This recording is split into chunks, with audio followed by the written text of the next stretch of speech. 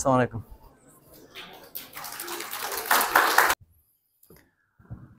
Assalamu alaikum. Балдарым, кыздарым. Көптөн бери эл кыдыра элек болчумун. Көптөн бери жаштар менен жолуга элек болчумун. Адам ушундай экен, кылып турса көндүм уланып кете берет, кылбай турса кайрадан ошол ишти баштаса жаңыдан баштагандай сезим болот экен. Көбүрөөк ойлосо керек, эл аралап жүрөт, жаштар менен жолугуп жүрөт, сүйлөп коюш оңойлуу болсо керек, андай эмес. Анткени сөз Кудайга шүгүр бар, Алла Таала бизге сөздү үйрөткөн, бирок кандай сөз? Мааниси мененби, максаты мененби кептин бар ошондо. Бир адам такыр сүйлөгөн эмес экен, өзү эң чоң аалым болгон экен. Неге билесиңерби? Анткени ар бир сөздүн жоопкерчилиги бар. Мына чоң класстарда бир сөз бар, за слово отвечаешь деген. Дагы деле болсо керек. Бул ардыктык эмес, тияка барганда периштелердин сурайы катуу болот экен. Ошон үчүн бир адам ушунчалык көп нерсе билсе дагы такыр сүйлөчү эмес экен.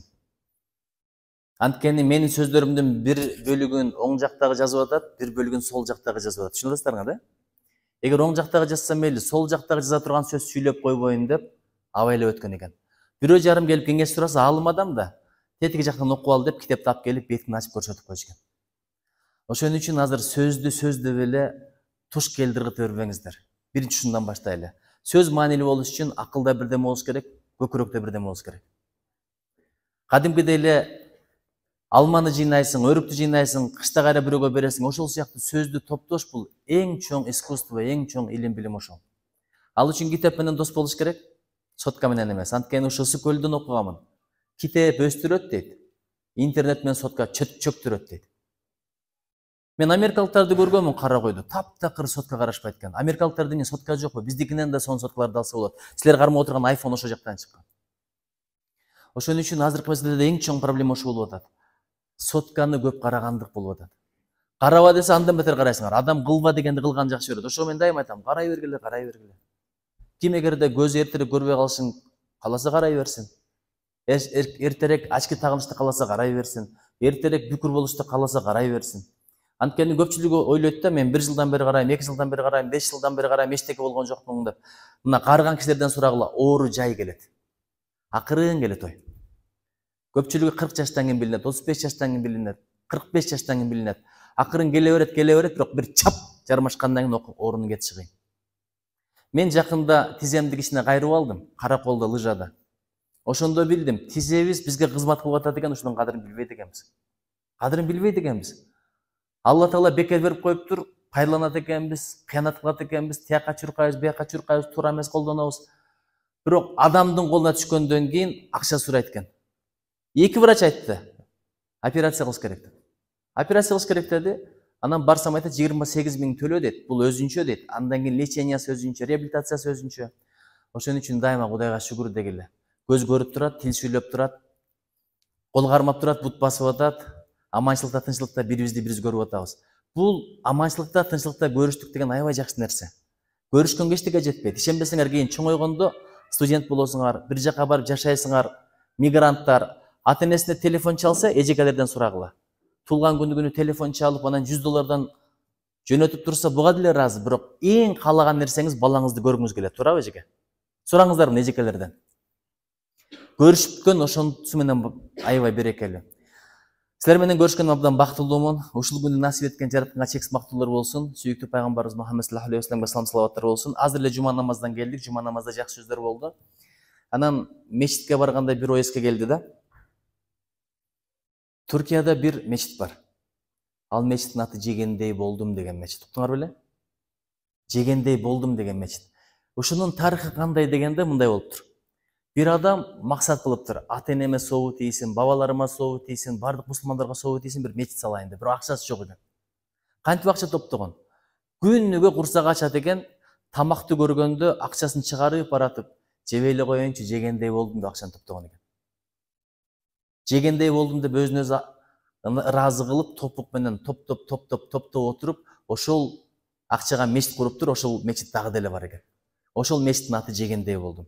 Силер азыр жаланган ашказанга иштеп калган заман болуп атат. Кыргыздай тамак жегенчи дүйнөдө бир да кел жок, ишенип койгула ошо. Чын биз жегенди көрсө, карышкыр деле суктанса керек. Биз жегенди мал жесе өлүп калат. Муну ишенип коюңуздар. Илимпоздор айтып атат.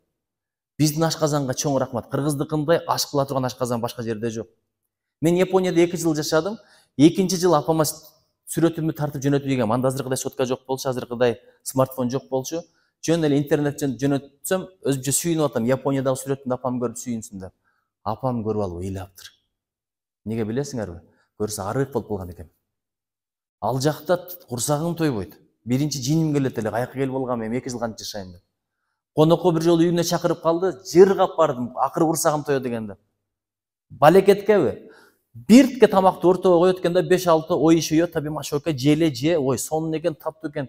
Карап отуруп аядым. Эгер мен жалгыз жеп койсом, япондар аш калмам. Мен жалгыз жей турган тамакты 4-5 япон жеп атат. Кийин япониялыктар Кыргызстанга келди, алдына дасторкон жайганда, өзгөчө чучук менен жанагы куйрук бар го, оозуна медеп жегенде мындай өлүм келаткандай коркучудан бул эмне депчи. Андайлар көргөн эмес. Японияда 2 жылда жебеген этти Кыргызстанга келгенде 3 күндө жедим го чирк. Биз эң тамакты көп жеген элбиз. Мурда аталардан, апалардан сураңыз, бир күндө бир ысык тамак болот эле, туурабы? Бир ысык тамак жеп эле, калган учурда чай, варенье, нан. Бирок оор аз болот эле. Азыр оор аябай көбөйдү. Кайсы жерге барба? Аптека, адам сайын аптека, адам сайын аптека. Мурдагы эжекелердин, агайлардан сурагыла, мурда гарантия берем, Ырбачыда болсо бир аптека болгон, туурабы? Бир эле аптека болгон, анда да очередь жок болчу. 5-6 эле дары бар болчу. 2 эле дары менен бүт оорлар айгат эле, туурабы? Анальгин, аспирин. Любой врачка барсаң, аналгин ичип ал, аспирин ичип ал, аналгин ичип ал, аспирин ичип ал. Ошо менен эле дарыланып жүрө берет элек. Анда да ичсек, ичпесек жөн эле дарыланат элек. Азыр кадам сайын аптека, бирок адамдар очередь өзгөчө сезонунда. Неге билесиздерби? Тамак. Бабалардын айткан сөзү бар экен. Оорунун санын билгиң келсе дейт, дасторкондогу тамактын санын кара дейт. Аны деле жеп атасың, муну деле жеп атасың, муну деле жеп атасың. Өзү бир тамакты жеп бүтүп, экинчисине өтүш керек. Ушундай эле жегиң келсе. Бизде бул бисмилла деп бияктан баштайсың, алмадан, өрүктөн, андан кийин салаттар деле ошондой го, жана винегрет. Анын ичинде деле бир 5-6 ингредиент бар.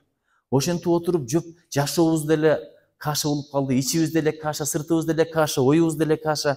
Ошого мен биринчи айтат элем, тамакты туура жегенди үйрөнөлү. Кийинки мезгилдерде физика, математикадан мурда дагы туура тамактануу деген илим керек экен эжеке. Ушуну үйрөнөлүчү, анткени азыркы көп оорулардын себеби ошол экен. А дегенде сөзү болот, андан кийин өзү болот. Кыргыз өзү тамак жеп атып дагы жөн жебей ошону актап жейт да, кантип билесиңерби? Жакшы тамак алгыча жаман курсак айрылсын. Ушул сөздү айтпай эле койгулачы. Курсак айрылат деген эмне? Операция болосун деген эле сөз да. Азыр эң көп операция бизден болуп атыптыр. Түрктөр айтат экен, аз эле элсиңер, бирок эмнеге мынча көп келесиңер деп. Тамагыңарды бир карап койбойсуңарбы деп. Тойдорго барсаң деле урдура берет, жей берет. Ошого айтат, ашказан бууланганда мээ менен жүрөктү уулап коет экен. Ишенсиңерби ошого? Эмне үчүн адам курсагы тойгондо жаман нерселерди ойлой баштайт, напси козголо баштайт, эсире баштайт, семире баштайт, көзү май баса баштайт. Көрсө, ашказан толгонго жараша баш казанда толуш керек экен, рух казанда толуш керек экен.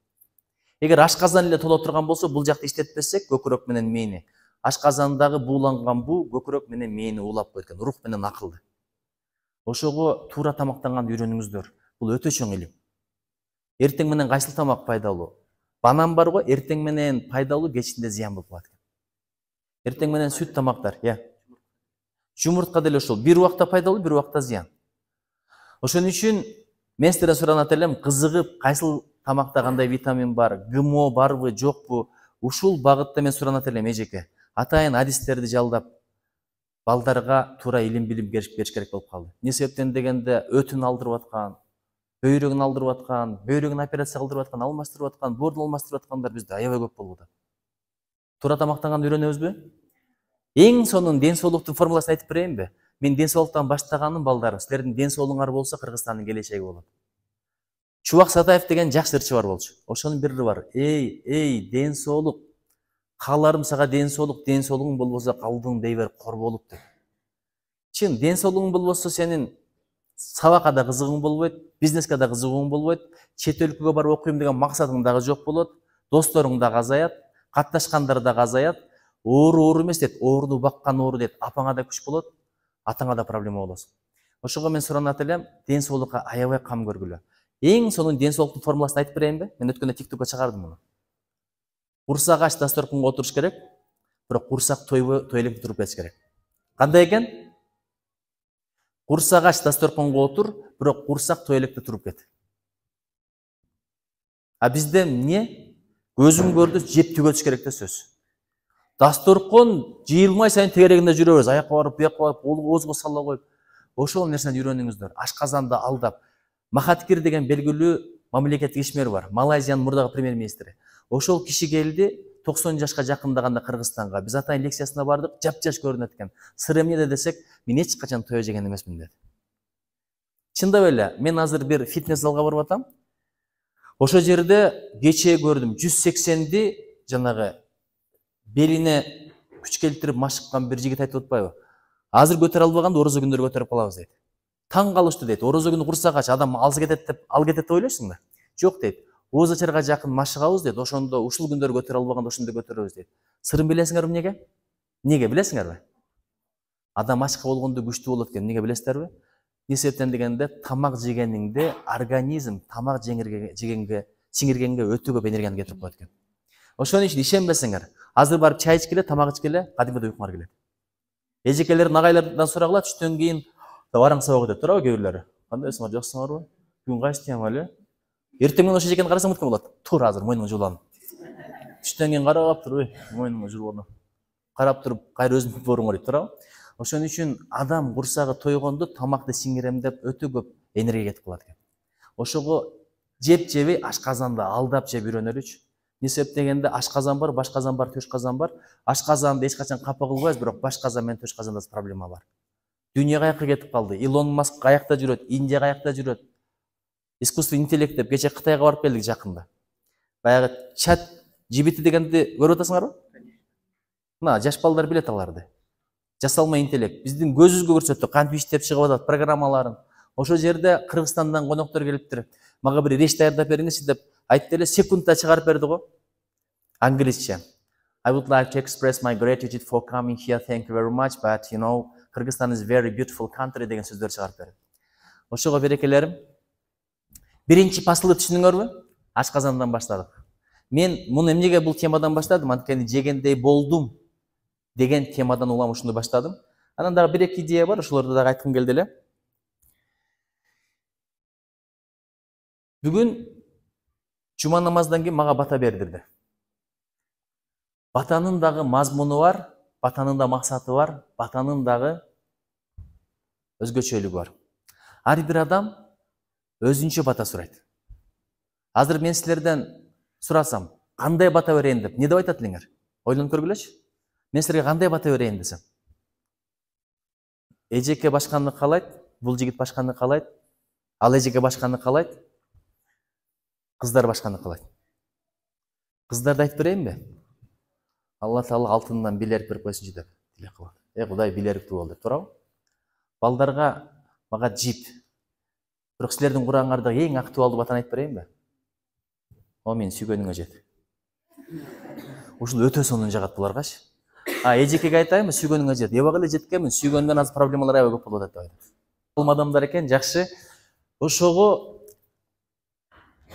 Ошого кимге кандай бата дегенде бирөө илим сурайт, бирөө билим сурайт. Алымдардан Робби зидни илма деген барбы? Илимимди көбөйтүп бер деп бата берет. Батанын түрлөрү бар, батанын жол жобосу бар. Биринчи акыретти тиле дейт. Күнөөлөрүңдүн кечиришин тиле дейт. Чындап жаратканга таян дейт. Саламат айт деген бир эрежелер бар, туурабы? Алымдардан сурагыла. Жөн эле анан кийин самый главный иши кылып бактылуу болгула. Арак ичип алып түргөөлөр бата берет. Арам тамак жегенден кийин бата тийбейт. Мен эмнеге муну айтып атам? Бата алгыла. Бактылуу болгуңар келеби? Бата алгыла. Бата алыш деле сөзсүз эле бирөөгө бир жакшылык кылып коюп, анан алакан жайдырып алып, жылуу сөздөр сүйлөтүш эмес. Жүрөгүн жылытып кой, берген батаң ошол. Кээде эжекең ачуу калдырып урушуп коет, кайшы айтып жооп бересиң, жүрөгүм муздап калды бул каргыш. Өлүңгөрөн аркаң мойнуң алдыңда кал дебесе деле бул каргыш. Жүрөгүм муздап калды да. Сен кайшы айтпай койдуң? Кичине урушуп койсо деле көтөрүп койдуң. Баары бир иш ачышат эжекени, туурабы? Бекер урушуп койдум ушуну деп. Анан ыраазы болот. Мен урушсам деле кайшы айткан жок, көтөрүп койду. Ошол берген бата. Көчөдө баратасың, бирөө жүк көтөрүп баратат, карыган апа, кичине жардам берип койдуң, сени тааныбаса деле жүрөгү жылытып берген батасы ошол. Ушундай кетип атасың, жолдо бир жаман нерсе турат, алып туруп ыргытып койдуң, четке апарып коюп койдуң. Карыган адам анан өмүрлүү болсун деп койду, же карап туруп жөн эле ыраазы болуп койду, ошол берген бата. Көбүрөөк бата алгыла. Азыр мен деле силерге бата бергим келип атат. Эмнеге билесиңерби? Анткени курсагыңар ачып элем. Обедтен кийин мектеп окуучулар булбулдун үнүн уккусу келбей калат, туурабы? Азыр топтолуш керек, барыш керек дегенде жаман көрдүң эре, ушул эле калды эле, каякта депутаттар жаман көргөзүлөт, туурабы? Бирок мен ыраазы болуп калдым. Чарчасаңар да, курсаңар ачса да келип олтурасыңар, жүрөгүм кадимкидей жылып калды. Мусафирдин батасы тиет, мен мусафирмын азыр. Башка шаардан келдим. Бул жерде кичинекей бала кетип кал десе, кетип калам деп эле кетип калам. Себеби мусафирмын да, мусафир жөн жүрүш керек. Таанышы жок, чөйрөсү жок. Ошого дайыма бат алгыла. Кимдин батасы жакшы тиет, билесиңерби? Устаттын батасы жакшы тиет. Ошон үчүн эжекени эч качан капа кылбагыла. Азыр урушуп кеткендер бар. Соткага тартып чыгарып койгондор бар, уят кылгандар бар, каматкандар бар. Я айланайын, устатты сыйлабасаң эч убакта илим жукпайт. Туурабы, устаздар? Устазды сыйлаганды үйрөнбөсөң, сага илим эч убакта жукпайт. Кээде байкайсыңарбы, отурасың, китепти кайра окуйсуң, меңе кирбейби? Эжекеңди сыйлабасаң кантип берет? Анан жеген тамагыңды карабасаң кантип берет? Анткени тамак адал болбосо адамдын зээни бузулуп кетет экен. Эс тутум начарлайт экен. Анан көздү сактабасаң, ошондон эс тутум начарлайт. Аны деле көрүп атасың, муну деле көрүп атасың. Уяты жок бир бейадеп реклама болсо аны деле көрүп атасың, кетип атып кыздарды карап коюп атасың. Ошон үчүн көздү сактагыла. Мен айтып берейинби? Көздү кантип сакташ керек? Ушундан баштагыла, жигиттер. Анткени көздү сактабасаң, кулак менен топтогон нерсе көз менен бат эле чыгып кетет. Сенесиңерби ушуга? Кулак менен топтогон ыйман көз аркылуу бат эле чыгып кетет. Анткени кап бар го, кап тешилгенде ичине кум шекер саласыңбы, күрүч саласыңбы чыгып кетет, ошол сыяктуу нерсе. Көздү аябай сактайлы. Илгерки таква адамдар бийик этаждуу үйлөрү бар шаарларга барып, анан келгенде сураганда эмне көрдүңөр десет, таштарды көрдүк, шагылдарды көрдүк деп коюшкан, кумдарды көрдүк. Көрсө көзүн сактап жерди карап жүрүшкөн. Жерди карап жүрсөңөр бетиңерге тырыш да кечирек түшөт, ишенип койгула ошого. Анан бирөө айтып турду, мен көзүмдү такыр сактай албай атам. Эмне кылсам болот? Аял затын көрсөм эле карай берем, сууларды көрсөм эле, бизде бир бар го, сууларга суктануу акым бар. Чечекейиңди суруп алам десең да мен сууларга суктануу акым бар. Ошол ырчыгы мойнуна алып турууга аялымдан жаман көп урушканмын сөз үчүн. Кийин күйөөгө тийдиң, анан күйөөң ырдап атса, сууларга суктануу акым бар деп мынтип. Сага жагабы ошо? Мага суктанышка акым бар десең, туура, ошол туура. Өзү чоочун аялды караганга болот бир гана жолу. Капысынан карап аласың. Экинчи жолу карасаң, күнөө десе бирөө айтат эмес, анда бир караган бойдон узак караса болобу деп. Себеби бир караганда капысынан карап аласың, экинчи жолу мындай ниет менен карайт экен адам. Ошого айтайын деген бирөө көзүмдү такыр сактай албай атам, кантип сактайм деген экен. Не кылыптыр дебейсиздерби? Устаты ушундай кылыптыр. Бир чыныга сүт куюп бериптир. Анан Караколдун базары алыспы? Ошол жерден, бир тойло бар да, ошо базарга чейин барып кел дептир. Анан жөнөп атканда бир шарт дептир. Бир тамчы дагы сүт төгүлбөш керек дептир. Анан макул деп жөнөп атканда аркасынан дагы бирөөнү кошуп коюптур. Колуна камчыны карматып туруп, кокус сүт төгүлсө жонго бир чап. Ар бир төгүлгөн сайын чаа бер депчи. Анан ушундай көтөрүп баратат дейт. Кокус төгүлүп кетсе, камчы менен чабат да, ошон үчүн аякты бир карап, таптакыр иш жака төкпөй барып келиптир да ошо бойдончу. 2-3 саат өткөндө келиптир, теридеп депчи. Анан коюп туруп, "Не болду?" дептир. Мына аркамда камчы менен баратса, иш жакты карабай ушу төгүп албайын деп араң барып келдим. Жүрөк зырылдап кетти. Көрдүңбү дептир, көз сактаса болобу экен деген экен. Эч жакты караган жоксуңбу, эч жакты караган жокмун. Көздү сактабагандыгың үчүн бул иштеге эмес, тиякка барганда мындан да катуураак камчы жебе деген сөз айткан экен. Ошого ким зээни жакшы болгусу келсе, мен силерге айтат элем, көздү сактагыла. Дастан Бекешев деген депутат бар го. Канча телефонду жатка билет. Цифраларды бир укканда жаттап алат. Сүйлөгөндөрүн байкайсыңар, илан цифрлар менен сүйлөйт. Фактылар менен сүйлөйт, статистика менен сүйлөйт. Менин кесиптешим болот. Эмнеге эс тутуму жакшы, ойлоп көрдүңөрбү? Себеби жаман нерсени карабайт. Көздү сактап жүрөт. Ошон үчүн мен аны крестный отец деп тамашалап коем, дайыма жакшы учурашам. Мындай кишилердин батасында калыш керек. Ошенткен сайын күлүп, жайнап, жүрөгү жылып калат. Ал кишинин да батасын алып жүрүш керек. Ошого экинчи айта турган сөзүм, өзүңөрдү да сактагыла, көзүңөрдү да сактагыла. Адам көзүн сактабаса, нурун жоготуп алат, ишенип койгула ошого. Азыр сотканы карап алып туруп, эмнелерди көрүп атасыңар, бир Алла Таала билет. Ошого мен ата-энелерден суранат элем. Аңдысаңар, балдарыңарды аңдыгыла деп. Башка бирөөнү аңдыбагыла. Биз көрүнгөндү аңдыйбыз, бирок балаңды аңдыбайсың. Алла Таала бизди аңдыганды жакшы көрөт, билесиңерби? Муну устаттардан сурагыла. Ар бир амалыбызды, кадамыбызды аңдыганды жакшы көрөт, өзү жараткан. Биз дагы өзүбүздүн балдарды аңдышыбыз керек, башка бирөөнү эмес. Неге билесиңерби? Башка бирөөнү аңдып жүрөсүң. Өзүң атаңдашыңбы, кошунаңбы, соперницаңбы, сопернигиңби аңдып жүрөсүң, бир кемчилдигин көрүп калдың. биринчи күнү өзүңдөн кетет. Злорадство деген барбы? О, көрдүм. Ошо кубангандын өзү чоң руханий оор экен. Анын жамандыгын көргөндө сен кайгырышың керек, кубанбаш керек. Бул бир. Экинчиден тилиң күнөө кыла баштайт экен. Ар кимге айта баштайт экенсиң. Мен көрбөдүм, мындай экен, тигиндей экен. Тун гарантия точно. А ушак айткан ушунча бир жаман күнөө, мунун акыбетин айтып берем. Балдардан сурагыла. Ата-энелер. Атаңар, апаңар бирөөнү ушактап атканда, атаңарга, апаңарга болгон сый урматыңар түшүп кетеби? Ачыгын айткылачы. Эми айта албайсыңар, конечно. Бирок ата менен апанын баланын алдында даражасы кээде көтөрүлүп турат, кээде түшүп турат. Бирок бир учурда түшкөн бойдон кайра көтөрүлбөйт. Качан?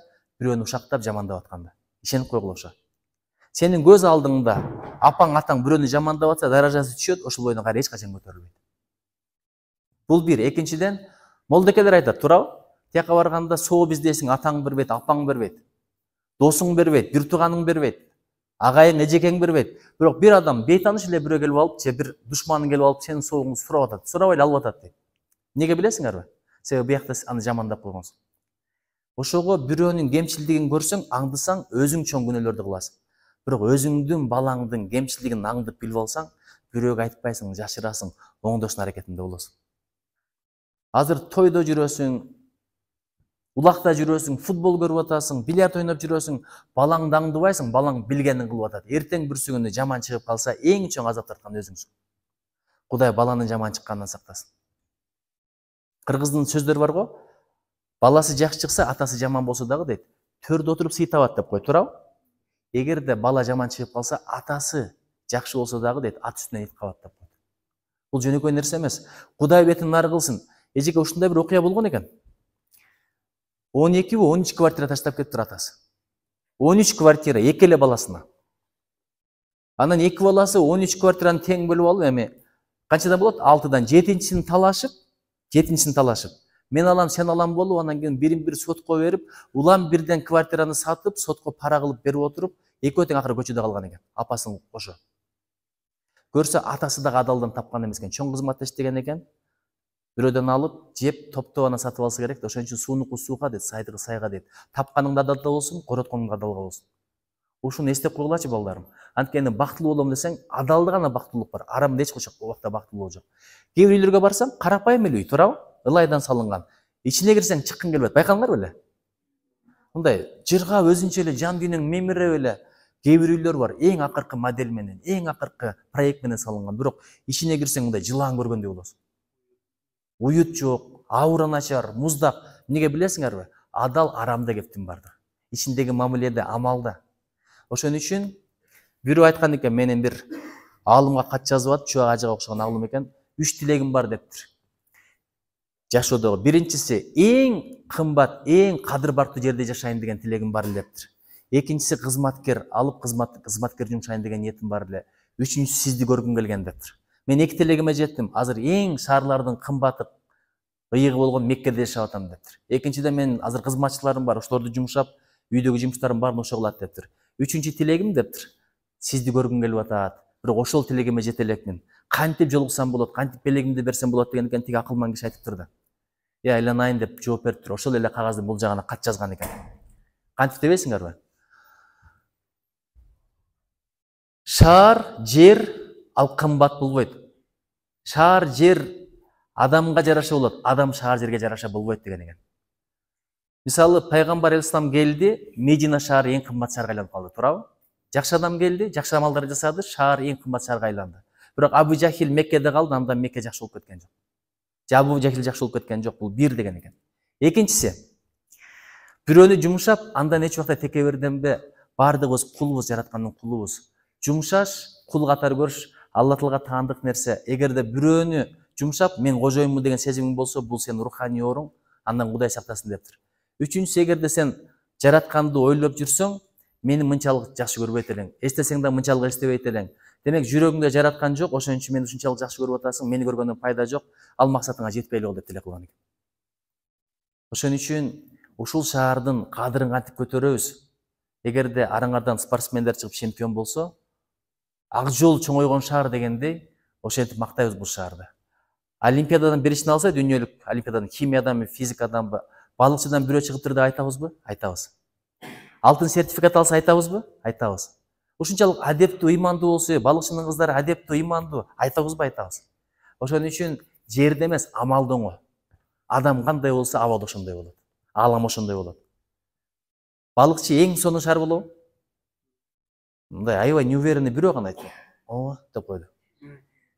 Балыкчы эң сонун шаар болобу? Конечно. Конечно, мындай более уверенный чыкты. Эң сонун шаар болобу? Муну ким оңойт? Карасаңыздар эжеке, бардыгы. Ким оңойт деп атам? Эжеке, арыздансам болобу? Биз деген сөз, иштеге кылбайм деген сөз. Эртең бир күн мен сурайм, келип алып туруп, айттыңар го, балыкчы эң сонун шаар болот дебедим эле десе, биз дегенбиз го, мен аракет кылып атам, тигилер кылбай атпайбы деп утуп кетесиңер, туурабы? Ошон үчүн эмне деш керек? Ким оңойт? Ким оңойт? Кол көтөрүп койгулачы. Сурак жок. Ким эгер колун көтөрбөсө, ылайым ошо колдору ошол жерде көтөрүлүп калсын, ана 1 2 3 4 5. Жакшы эле кылып койгула. Ким оңойт? Колду көтөргүлө. Сөз менен да, кол менен дагы. Ким оңойт? Эми түшүргүлө. Эжеке, агайлар, эми байкуш эмес. Барыз эле байкуш эмеспиз. Байкуш дегенде кээ бир жерде турачу, кээ бир жерде катык тиеп турбайм, мен кечирип сурайм. Бир шаарга барсак, бечара эжем деген жакшы эле сөз экен. Бир шаарга барып, бечара эжем деген экен, мен сага бечара эмесмин деп учуруп кетти. Айтайын деген мындай болуп турду. Бала кезден баштап биздин балдарга билимди коркунучту көрсөтүп коет экенбиз. Туурабы ошол? Бул кайсы тамга? А. Ата, атка такка как. Барың окуңар ушуну. Анан окуй албай койсо, көзүңдү чукуп алам, Мына кайсы Б эмес, В деп алса, мойнуңду жылып алам, өлтүрөм, Өлтүрөм, эртегим дагы бир жыл кайталайт экенсиң, Б да азыр тилиңди жылып алам.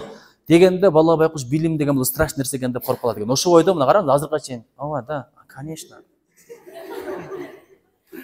Америкалыктар мындай да, мындай. When student starts talking, please professor stop talking деген сөз бар. Бул деген сөз бала сүйлөй баштаганда мугалим токтоп турат деген. Анткени ар бир бала сүйлөгөндө мындай, бизде мындай болсо өлтүрүп таштап, эмне деле дөдөрүп атасың? Ушундай барбы?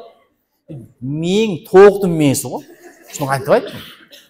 Анан бири менен бирин душман кылып коебуз. Асан билгенди сен билбейсиңби? Мунун эки колу барбы, эки башы барбы? Молодец, Асан, сага 5 дейсиң, сага 2 дейсиң, экөөнү да душман кылып коесуң. Анан сага болгон адилеттүүлүк сезими жок деген сый-урмат төмөндөп кетет экен. Анан америкалыктарга таң каласың да, бир сүйлөп атса. Sure, wow, great. This is perfect idea. Жөн эле сүйлөп койсо делечи. Мен бир жолу Америкага барганда англисче билбейт элем. YouTube'дан карасаңар, Америкага кантип өтүп кеткенин. Мен англисче билбей эле кетип калгам Америкага. Анан сабактарга катышып жүрөм, бир жолу такыр сүйлөбөйм. Мен да биякта чоңой койгом да, мойнуңду жылып алам дегендерди угупчу. Эшек чочко дегендерди мага испатсызда угуп чыгам. Кокус билбей калсам, you're that dog деп койбосун деп туурабы? Monkey деп койбосун деп коркуп жүрөм. Анан бир жолу акырын туруп бир дегени сүйлөсөм. Wow, great, perfect. Wow, really? Деди эле ошондон баштап колумду чирбей койдум го, туруп эле сүйлөп берем. Акыры тажашты окшойт, башкалар сурай баштады го. Ошон үчүн баланын көкүрөгүн, жүрөгүн ачыш керек экен да, кептин бар ошондо экен да. Мисалы, эки аларда ушундай сыпат бар, 15 аларда жок сыпаттар бар, бирок ошону биз көрбөй жүрөбүз. Анан эки аларды жаман көрүп, 5 аларды жакшы көрүп деле кереги жок. Алла Таала билет, кимден сый-урматты көбүрөөк көрөсүң. Ким билет, балким эки алар 5 аларды жумушкалар кийин, кызматкалар. Эки алардын бир өзгөчөлүгү бар, сөз көтөрүмдүү болот да. 5 аларды кичине урушуп койсоң ыйлап берет, туурабы? Кайша айтып берет. Эки алар байкуш урушууга берип көнүп калган. Башында ыйлап барса керек, капы болсо керек, кийин адам эмесиң, сен адам болбойсуң деген жаным берекеми дегендер болуп койдуңар качты. Чындап, урушуп атканда мындай жөн турушпайт, байкасаң, эжекелер урушканда мындай турушат. Анан эшикке чыгып кеткенден кийин сөз көтөрүмдүүлүк жакшы, кийин турмушта деле аялы бирдеке десе эле 5 алар эмне деп атасың? Мен агайдан анткени эжекеден анткени эмес дей берет го. А эки аларлар болсо аял турса деле жаным деп коюп жашоолору жакшы болот. Ошон үчүн ошентсең баарын эки алып кирбегиле. Кеп анда эмес. 5 алгыла, бирок адетти да оңдогула, кептин бардыгы ошондо. Мен ушундай бир темаларды кичине козгогум келди. Андан кийин көрсөт, байкасаңар, ителгини жакшы көрөт. Кымбат акчага, өтө көп акчага шумкар сатып алыптыр. Анан ушундай сүйүнүп келип, бир бутка кондуруп коюптур. Анан бир күнү учурайын десе учпайт экен да. Отуруп берет экен. Алдына жем алып барып берсе жеп коюп отуруп берет экен. Күчтеп көрөт эмес, учпайт эмес. Жалынып көрөт эмес, учпайт эмес, уштейт эмес, болбойт экен.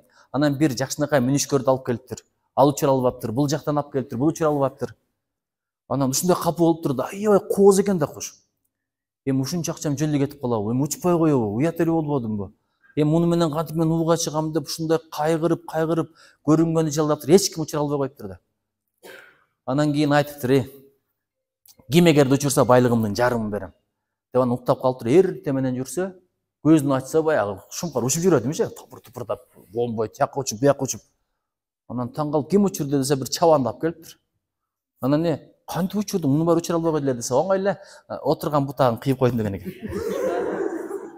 Ошон үчүн зона комфорта бар го, ошого көнүп алсаң, адам ушундай болуп калат.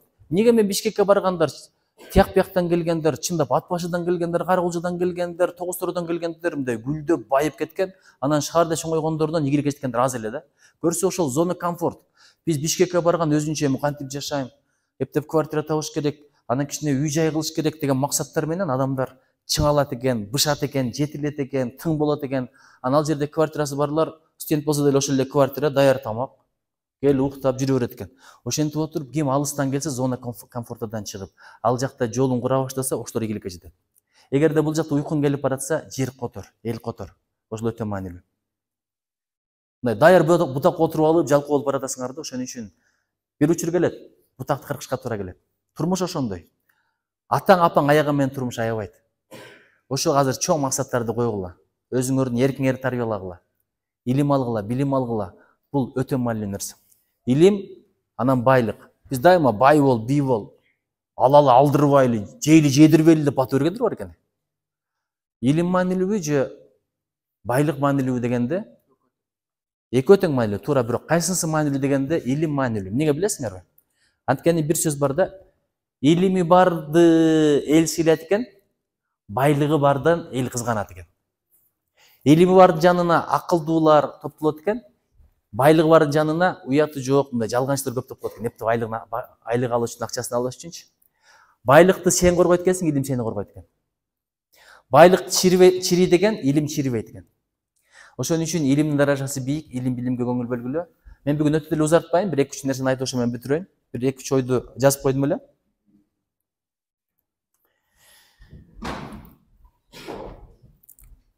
Арыстан мурда бечара болгон экен, билесиңерби? Ушундай чоң, көрүнгөн келип тээп кетишкен, көрүнгөн барып иштетишкен, көрүнгөн барып уруп келишкен. Ушинтип жүргөн мезгилде мышык айтыптыр, айланайын, сен чоң элесиң го. Ушунча күчүң бар. Жазалап койбойсуңбу десем, мен мушташканды билбейм дептир, урушканды билбейм деген экен. Мышык тренер болуптур. ММАга машыктырыптыр. Ошон үчүн кыргыздар айтат го баягы, эрежеси урушу деп.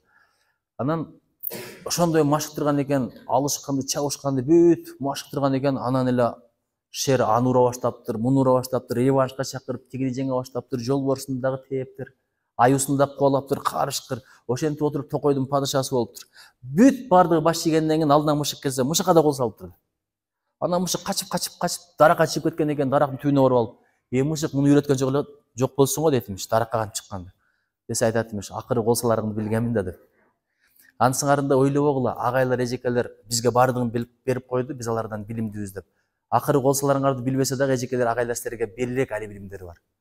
Эгер кыйын болсоң, эжеңди, агайыңдын жүрөгүн алып, ошол илим билимин дагы ал.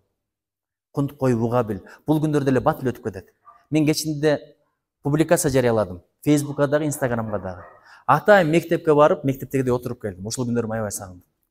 Башка жолу жок.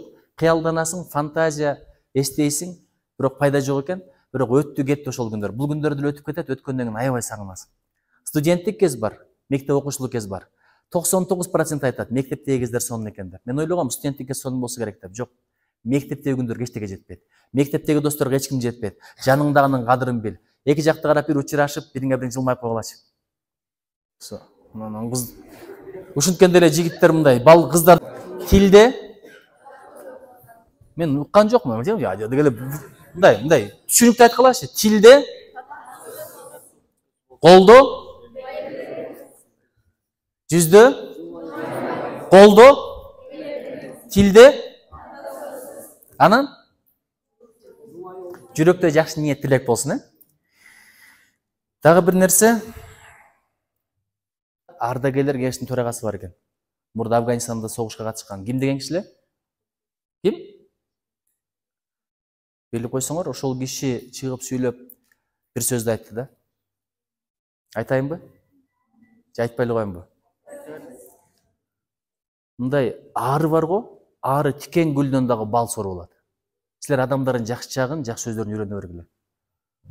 Алыстан келатканда эле ушуну эле жаман көрөм дегендер токтоткула, макулбу? Балким ошонун жаман жагын көрсөң, ал өзүңдүн жаман жагыңды көргөн менен бар. Неге билесиңерби? Анткени адам адамга күзгү. Бирөө сага жаман көрүнсө, күзгүдөн өзүңдү гана көрөсүң. Кээ бир адамдар бар, бирөөнүн жаман жагын такыр көрбөйт. Полианнаны окудуңар беле? Ким окуган Полианнаны? Эжекелер, агайлар кичине китеп окутуш керек экен. Мына бир гана кыз окуптур. Ошо Полианна деген китепти алып туруп окуп койгула. Бүт жакшылыкка жорый берет. Жакшылыкка жорый берет, жакшылыкка жорый берет. Анан менин тилегим ошол. Кайсыл ойду айтып аттым эле? Адамдын жакшы жагын көрө билиш керек деп ошо бир ойду айтып атканмын. Анан ошол аксакалдын бир сөзү мага аябай жакты да. Айтайын, өзү бир 70-терге жакындап калган киши го, жок эле дегенди. Бирок ошо айтып атат. Ата, апа деп бирөөгө кайрылгың келет, бирок ошол адамды таппай, ушул сөздү айтышты аябай каалайсың, аябай сагынасың дейт. Азыр атаңар менен апаңар үйдө отурат. Акча атасың. Дастурканды жыйнап кой десе, жийниң келип атат. Сугарып кой десе, ачууң келип атат. Өзү эле кылбай, мен сотка менен чукулап отурганда эмнеге мага кызыгат? Байкайсыңарбы, ушул уракта ошондой сезим бар. Эмне эле мага кызыгат деген туурабы? Баары эле сени жаман көрүп эле, сага эле асылып эле, сени тандап эле эзип аткандай көрүнө береби? Ушул уракта ошондой уракта мындай, эмне эле мага асылат, эмне эле мени көрө албастык кылышат деген сезимде да. А бирок азыр атаң менен апаң урушуп атат. Атаң менен апаң сага буйрук берип атат, атаң менен апаң сага өкүм берип атат. Сен анын тилине капы болуп атасың, бирок дилиң карабай атасың. Ата менен апа урушат, тили ачуу болгон менен дили таттуу, сени жакшы болсун дейт. Дары деле ачуу болгон менен берип атпайбы, туурабы? Ушул сыяктуу нерсе. Мугалим да ошондой, кээде урушат. Тилине караба, дилине кара, сени жакшы болсун деген ниет менен. Сен ниетине кара. Бирок качан ушул атаңдын урушканын сагынасың? Бүгүн бир ыр бар, Жолдубай Кайыпов, уктуңар беле? Атам менен апама деген. Жүрөсүңөр жашап иштеп алыста. Чолом тийбейт ай өткөрбөй барышка. Ак эмгекти кандай эле? Актайын деп уулуңар, билим үчүн түшкөн узак жарышка. Ойгосуңар дейт, сана тартып, камыгып, садакалап каранымдан кагылып, силер мени сагынгандай жол карап, мен да жүрөм. Өзүңөрдү сагынып деген жерде көзүмө жаш келди, кийин оператор айтып атпайбы, сиз көзүңүзгө жаш келген жерде мен тартып алдым деп. Мен ошондо атамды эстедим. Атам раматылык болуп кеткен. Мен да ата дегим келет, ата дер киши жок. Азыр апаң отурган төшөк бош калат, атаң отурган кровать, диван бош калат бир кезде. Ошондо ушунчалык кайгырасың. Атаңа канчалык жакшылык кылсаң деле, апаңа канчалык жакшы кылсаң деле, бир күн келет, бар өкүнөсүң. Жакшыраак мамиле кылсам болмок, сыйлап калсам болмок, берип калсам болмок. Ошого бүгүн барасыңар, колунан өп, эчтеке тийгизесиңер. Султан Сулейман апасын өбөт го ошол сыяктуу. Бир учурда колун өбөйүн десиң, колу жок, бетинен өбөйүн десиң, бети жок, бешнесинен өбөйүн десиң, бешнеси жок. Мен атамдын бешнесинен бир гана жолу өптүм. Эртеге жерге берет деген түнү. Боз үйгө кирип өп чыккам. Тирүүсүндө ата сени жакшы көрөм, рахмат ата деп бир да жолу айтпаптырмын. Азыр атага, апага бетине жакшы сөз айтыш аябай кыйын. Сени жакшы көрөм деп айтып көрчү, азыр мына жерден барып туруп неме этсең мынтип. Апа, мен сизди жакшы көрөм десең, балам, эмне болду, акча керекпи деп сурайт. Анан биз неге жылуу сөздөрдү айтканга сараңбыз, көрсө ата менен апа биздин көзчө жылуу сөздөрдү айтышпайт экен да. Мисалы элестетип көргүлө, атаң апаңды карап алып, жаным, мен сени сүйөм деп атса, эмне деп ойлойсуңар азыр? Чото мындай күздүн суугу атама тийип калыптырчы, акылдан кете баштады дейсиңер, туурабы? Өмүр бирди уккан эмессиңер. Ошол эле атаң апаңа деп сөгүп атса, нормальный эркек деп коюп кетесиңер, туурабы? А түрктөрдүн фильмдерин карагыла, балам көзү деле мен сени севиyorum деп айтат. Англисче кинолордун оригиналын көрсөңөр, Darling, I love you so much. Баласы карап турат. No, you're my sweet and I cannot survive without you. Please don't leave me дегендерди айтат жөн эле. Орустардын фильмдеринде деле ты нужна как воздух и вода дегендерди айтат, туурабы? Өзбектердин фильмдеринде деле мен сизди севемин. Кыргыздардын эле сүйөм деген соем деп окшоп калат кедечи. Ошого жакшы сөз айткан өтө маанилүү. Жылмайып каштыкага жылуу сөз айтчы мага дейт. Баланын көзүнчө ата апанын оозуна жүзүм салып коюш өтө маанилүү экен. Кийин чоңойгондо ошону кайталайт экен. Сөз чакырат, үлгү ээрчитет. Атаңар апаңар кылбаган силер баштагыла. Кийин силер Балаңардын көзүнчө аялыңарга сүйөм деп айта бергиле. Мына кыздарга жактырышуу сөз. Кол чаап коет азыр, көрөсүңөр го. Кыздар деле кийин түшүнөт. Эжекелерден сурагыла, сүйөм, күйөм, алтыным, кашың карлыгачтын кандатындай, оозуң оймоктой, мурдуң комуздай, жүзүң панардай, өзүң жанардай, сен үчүн өлөм деген сөздөр только бизде үйлөнгөнгө чейин айтылат. Эжекелер күлө баштады. Үйлөнгөндөн кийин дуа кыласың, тилек кыласың, баягы сөздөрдү бир кайталап койсо экен. Кайталабайт. Келет да тамак быштыбы? Эчти эмне ачпайсың? Ошондон башталат. Ошон үчүнчү жакшы сөз дел бололучу. А дегенде сөзү болот, андан кийин өзү болот. Балдар эмитен китепти көбүрөөк окугула. Бу аял затына жагыш үчүн кулагын толтуруш керек. Эркекке жагыш үчүн ашказан толтуруш керек. Бул бар нерсе. Эркектин көзүн толтургула, кийин турмушка чыккандан кийин, турмушка чыкканча азыр кыздарды карагыла, мындай макияж. Кече кичинекей кыз макияж кылып алыптыр. Окшоштуруптур. Тимен окшош, мыналар мындай чыгып калыптыр да, кичинекей эле кыз өзү. Апасы анчалык эмес, апасы айылда чоңойгон да, бул шаардагы. Аяк бияка барып көнүп калыптыр. Укмуш Салиханы көрдүң беле? Салиха макияж кылып алыптыр. Профессионально өзүн өзү кылып алыптыр. Анан турмушка чыкканча ушундай атырларды сеп, макияж, чачты боёп, кашка кашулап, чачка чачулап, үндөрдөн бир өзгөртөсүңөр го, конечно. Албетте, кийин мен эч качан күйөөмө кайшы айтпайм да, тилдеримде эле айтпайм, конечно. Жаным эмес, жаныйым болуп кете турам. Анан турмушка чыккандан кийин, эрге тип алгандан кийин эле жок, анча. Сенде маска жоктой. Жанда эмес, просто масканы чечпейт.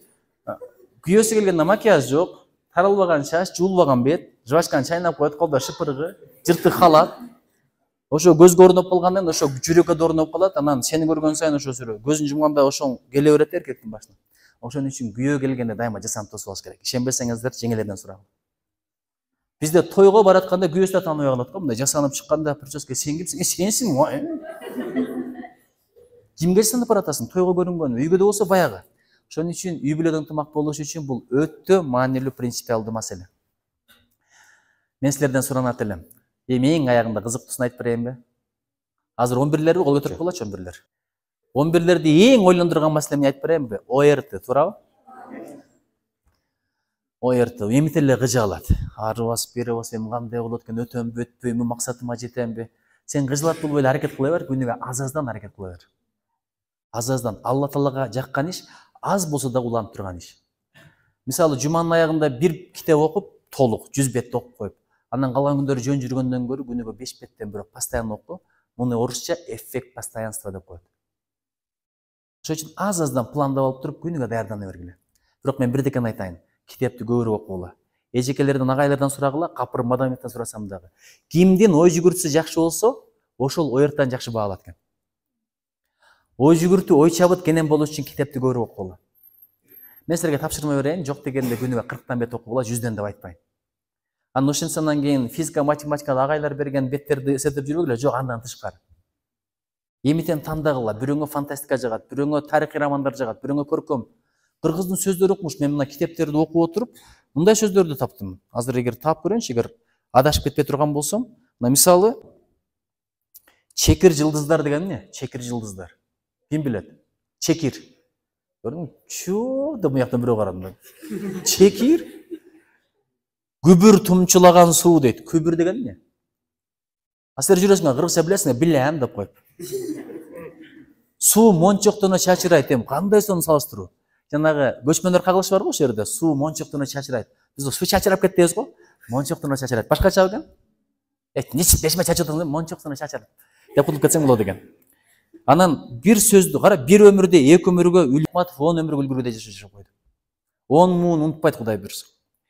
Анан бир сөз мага өтө таасир этти. Бир карасаң бейити турган болот, анан бейити да жоголот. Адам өзү турат, бир карасаң мүрзөсү турат, бир карасаң мүрзөсү да жоголуп кеткен болот.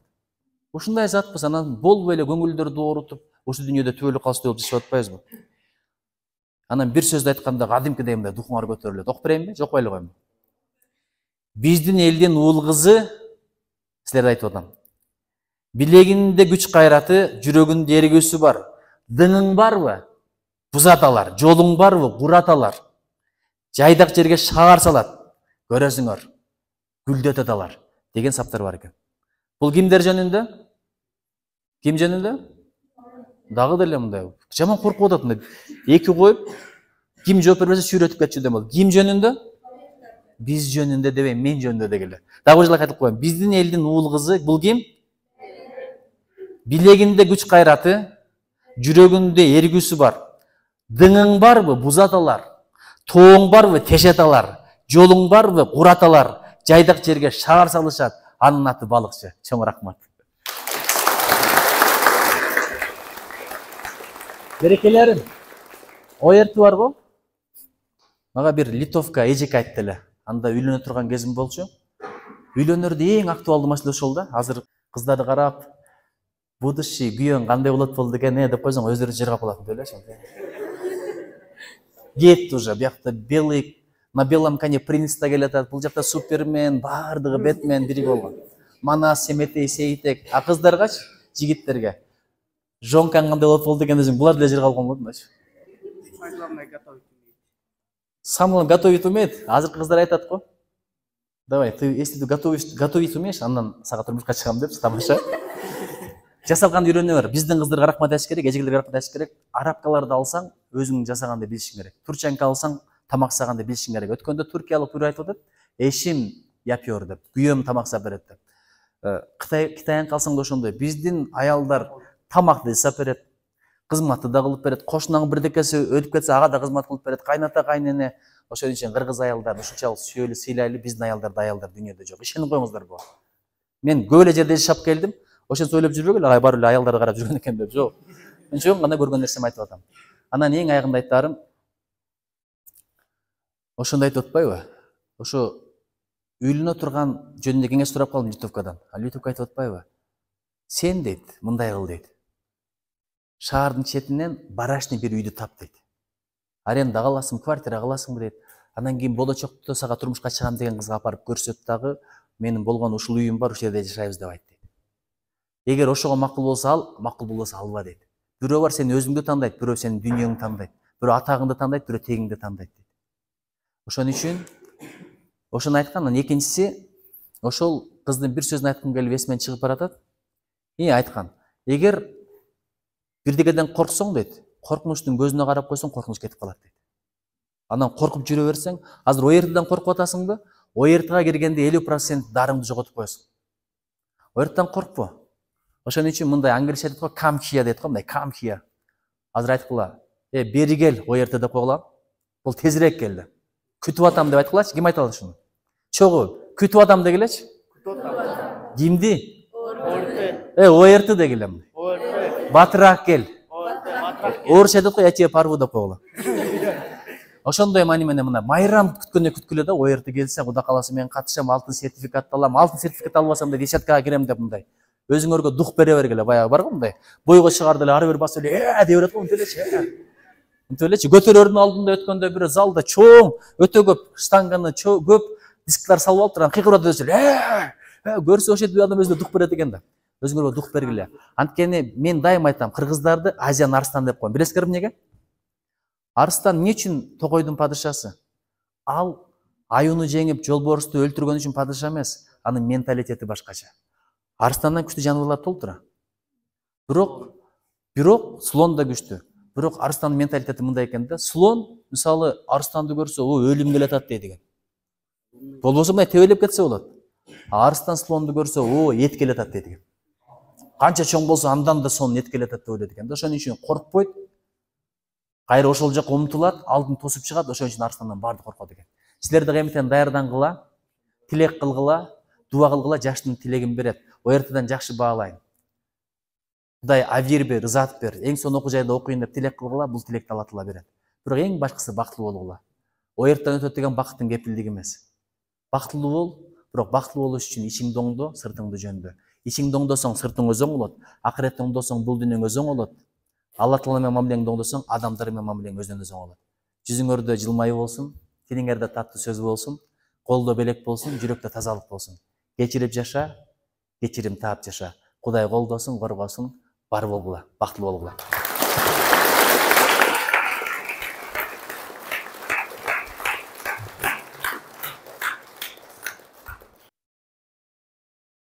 Суроодон жаман коркосуңар мындай. Вдруг бирдеге деп коет, маскаралап коет, башка. Бирок суроо болбосо, анда деле проблема жок. Бирок 4 эмес, 5 эмес, 3 суроо эгер болсо макулбу? 1, 2, 7-ге чейин 3, 4. Булар суроолой бөлүп мен колум карап турат. 5. Иә.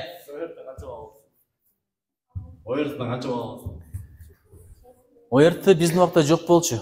Эжекелерден сурасаңар, мен 1994 жыл бүткөнмүн.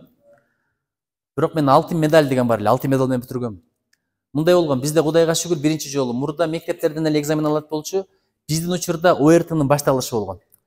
Алтын медалга кандидаттарды областтардын борборлоруна топтоп ошол жерден тест тапшырганбыз. Бирок мен алтын медаль алгам, эсимде жок. Өткөн болгон, өтпөгөн болгон, мен Кудайга шүгүр алтын медалым дагы деле бар. Рахмат. Ошон үчүн ырым дагы болуш керек. 11 жылкы мээнеттин акыбети алтын болуп кайтты деген бир ырларым болсо керек. Анан жакында дагы бир китеп чыгарган атам, дуа кылып койгулачы, жакшы китеп болуп чыксын. Кызым, мен саясатта жүрөм. Бир сөз бар, билесиңерби? Генерал булушту каалабаган жоокер не деп коет эле? Орусчасы бар го кандай? Плох тот, мына эжеке сиз айтпаңызчы. Ушуну уктуңар беле? Эгерде азыр мен жок десем, жалган айтып койгон болом, бирок бир нерсе бар. Кызым, адеп деген нерсе бар да. Азыр биздин президентибиз бар. 80% эл шайлады. Президент иштеп атса деле мен президент болот элем деген бул бир аз адепке туура келбей калат. Анан аманчылык болсун, тынччылык болсун, Алла Таала адаштырбасын, жүрөккө иман, жүзгө нур берсин, ден соолук берсин. Учур келгенде балким бул сөздөрдү сүйлөшөрбүз. Анан ушул кызды атын ким? Айжамалды издеп келермин. Баягында сен сурадың эле го. Эми жообун берейин да. Чоң рахмат. 3-нчи суроо. Осы адам 0. Жүзүңөрдө нур болсун, ден соолугуңар чын болсун. Келечегиңер кең болсун, сөзүңөр өтүмдүү болсун, жолуңар ачык болсун. Адамдарга күйүмдүү болгула. Пайдаңар тийсин, зыяныңар тийбесин. Көңүлүң көтөрүлгүлө, көңүлүң чөгөрбөгүлө. Аркадан жакшы сүйлөгүлө, эч убакта жаман сүйлөбөгүлө. Кудайым кадырыңарды бийик кылсын, адамзатка пайдалуу болсун, ата-энеге күйүмдүү кылсын, мекенге кайрымдуу кылсын, мугалимдерди сыйлагандардан кылсын, адеп ахлактуулардан кылсын. Жигиттер алганыңар менен агаргыла, көгөргүлө. Кыздар барган жериңерден бакыт тапкыла. Мен орусча бир сөз айтканда ар кандай кызга жагат болчу. Чтобы рядом был такой спутник жизни, с которым ты всю жизнь гордилась дегенчи, ошондой бирөө болсун. Ине башында ишеничти кое тургандай. Жигиттер ошого даярдагыла, анткени силер бир үй бүлөгө жооп бересиңер. Аялыңарга да, балдарыңарга дагы. Ошон үчүн спорт менен да машыккыла, китепти окугула, руханий жактан да өнүккүлө, сөз көтөргөндө да үйрөнгүлө, анткени аял сүйлөш жактан эч убакта алдыга ат салдырбайт. Ыйлаш жактан, сүйлөш жактан, сабыр жактан аялга жетпейсиңер. Ошон үчүн келечекте бактылуу үй бүлө күткүлө, Кыргызстаныбыз бакубат болсун, аманчылык, тынччылык болсун, алымдардын батасын алалы, илимдер зыяда болсун, агайлардын, эжекелердин ак батасын алып, агарып көгөрүп өспөн бочук узланалы. Кудайым колдосун, коргосун, бактылуу болгула.